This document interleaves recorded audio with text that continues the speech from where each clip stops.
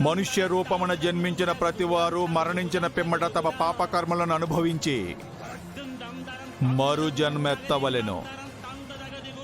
ఇది ఏ కాలచక్రము. సృష్టిలో ఏ జీవికైనను ఇది తప్పదు. అంటే నన్ను మళ్ళీ ఇంకొక జన్మెత్తమంటున్నారా? అవును. ఆత్మగా నీవిచట ఎన్నో దినములు ఉండరాదు.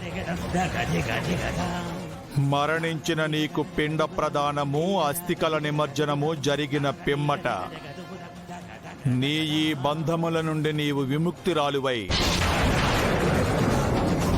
కొత్త బంధముల కొరకు పయనమయ్యదవు. అంటే నేను నా భర్త, పిల్లలు, చెల్లెల్ని అందరినీ మర్చిపోవాలా? అది ఎవరికైనాను తప్పదు బాలిక.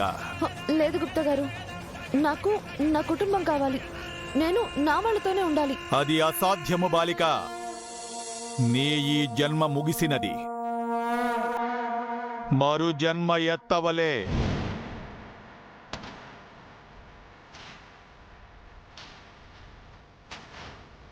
ఆ జన్మలో నేను మా వాళ్ళతోనే ఉంటాను. అది ఏ చెప్పబోచున్నాను. నీ మరు జన్మగా నీ సహోదరి భాగమతికి నీవు పుత్రికగా జన్మించనున్నావు.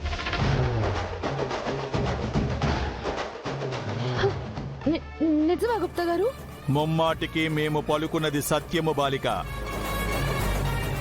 నీ మరు జన్మగా నీ పతిదేవునికి నీ సహోదరికి నీవు పుత్రికగా పుట్టబోచున్నావు.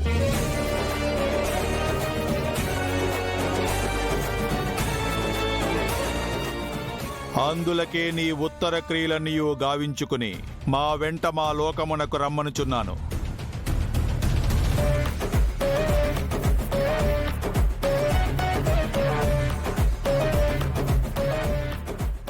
ఇది నన్ను పైకి తీసుకువెళ్ళడానికి మీరు వేసిన కొత్త ఎత్తుగడేం కాదు కదా? మీరు అంతకన్నా సమర్థులే. మేము అసత్యము పలుకటలేదు బాలిక. నీ మరుజన్మగా నీవు నీ పతిదేవునకు నీ సహోదరికి బిడ్డగా జన్మించుట తథ్యము.